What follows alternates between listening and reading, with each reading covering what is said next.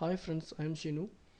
Screen record ചെയ്യാൻ ഉപയോഗിക്കുന്ന ഒരു ആപ്ലിക്കേഷനാണ് ഇന്ന് ഞാൻ പരിചയപ്പെടുത്താൻ പോകുന്നത്. ഇതിനു വേണ്ടി സ്ക്രീൻ കാസ്റ്റ് ഒമാറ്റിക് എന്ന് പറയുന്ന ആപ്ലിക്കേഷൻ എല്ലാം വിൻഡോസ് ഉപയോഗിക്കുന്നവർ ഉപയോഗിക്കാറുണ്ട്. എന്നാൽ ഉബുണ്ടുവിൽ വളരെ എളുപ്പത്തിൽ സ്ക്രീൻ റെക്കോർഡ് ചെയ്യാൻ നമുക്ക് സാധിക്കും.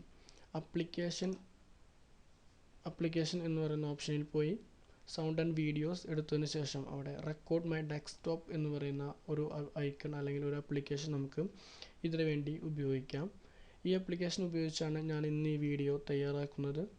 ഇതിൽ സെലക്ട് വിൻഡോ എന്ന് പറയുന്ന ഒരു ബട്ടൺ അമർത്തിയതിന് ശേഷം നമുക്ക് ആവശ്യമായിട്ടുള്ള വിൻഡോ സെലക്ട് ചെയ്യാം. ഈ ഗൂഗിൾ ക്രോമിൻ്റെ ഇത്രയും പോർഷൻ മാത്രമാണ് റെക്കോർഡ് ചെയ്യേണ്ടതെങ്കിൽ സെലക്ട് വിൻഡോ എടുത്തതിന് ശേഷം